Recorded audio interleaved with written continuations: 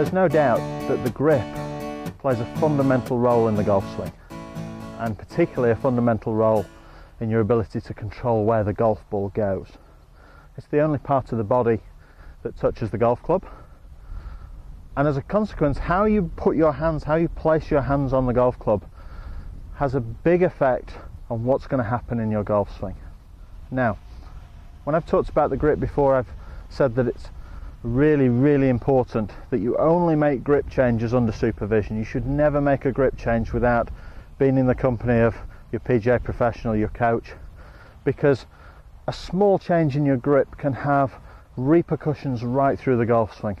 It can change and affect lots of different elements of the swing. It's quite a complex thing, and so changing your grip from what it may be now to something that may be more correct or orthodox can be very hazardous if you try to do it unsupervised without some help. I've talked to a lot of players over the years, and one of the things that has kept coming up is I had a lesson, I had my grip changed, or I decided to make a grip change and I got worse.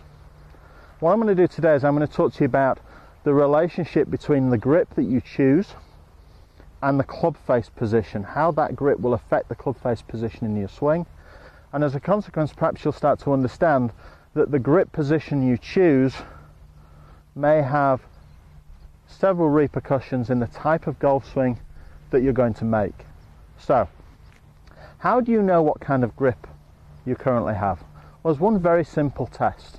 What we do is we place the hands on the club, take our normal grip, and very simply allow the wrists to hinge or cock vertically straight up and down like this, and observe what happens to the club face position. So if we start with the club face, the leading edge vertical, okay, and I take a grip which would be considered in textbooks a strong grip, turned for a right-handed player, I've turned my glove hand so that I've got lots more knuckles showing.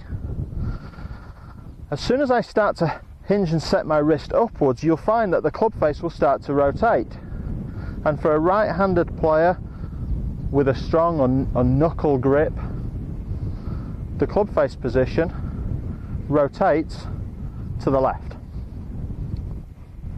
What's happening there is that the club face position is becoming closed.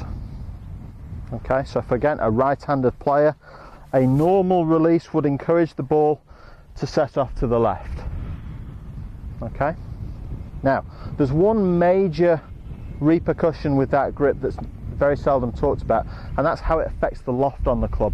So if you have a grip which shows a lot of knuckles on top of the handle there with your top hand, what you're going to find is that during the swing, if your wrist hinge is correct, not only does the club face become misaligned, but we've also de-lofted the club. So it makes it much harder to produce the correct elevation in the flight. Now if you have a grip which is designed to make the club face de-loft and go left, somewhere in your golf swing you're going to have to make a compensation to add loft and make the club face return to the target. So the grip position is dictating what happens in the golf swing. It's not the other way around. You can't change your golf swing if that's what you wanted to do without understanding what's happening to the club face through the ball. If you hit the ball too low, you want to hit it higher, you have this grip, understand that the loft is the problem. If we take the opposite grip, we now turn the top hand in the opposite direction, so now I'm showing almost no knuckles and the back of my glove hand would point almost directly to the target. I try to hinge my wrist in that position. Again, you're going to see the club face move. This time it rotates for a right-handed player to the right. And in that position, not only will the club face aim to the right of the target, but I'm now adding loft. So this would traditionally produce, you would expect, shots which go high, short and to the right. So if you're a player looking for more distance and you feel you hit your shots too high and not enough forwards, don't produce enough forward momentum on the ball flight, again, perhaps your grip is adding loft throughout the swing. Now, if we look at those two club face relationships, ignore the grip for a moment, if we look at those club face relationships, it's very easy to see that those two types of player would require two completely different golf swings if they wanted to get the club face consistently, squarely on the target. So it's very much more difficult with a club face position which is a little bit out of the ordinary, either de-lofted or adding loft, left or right. It's very difficult to deliver the club face squarely to the ball and hit a solid shot. Now, if you've decided that you don't want to make a grip change, you have to start to understand what type of grip you have. So if you have the knuckle grip, the strong grip, which de-lofts the club face, and for a right-handed player tends to make the ball go to the left, a couple of things you might need. You might need a different way of releasing the golf club through the ball. You might need to make a swing where you're trying to maintain the loft for as long as you can.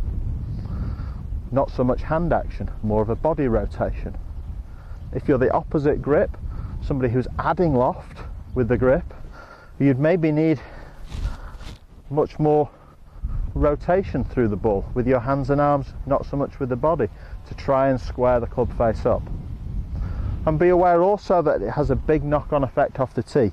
So if you're looking to try and hit the driver, players who have high knuckle grips de-loft the club, invariably you'd need a little bit more loft on your driver to get the correct flight, perhaps 10.5, 11.5, even 12 degrees of loft to produce the correct flight. Because somebody who has the opposite grip and adds the loft, then perhaps you might need to look at a different way of controlling the golf club. Grip positions and club face positions. Understanding what your grip does and how it influences the club face is a big step in understanding how your golf swing needs to work in order to get the club face back squarely to the target.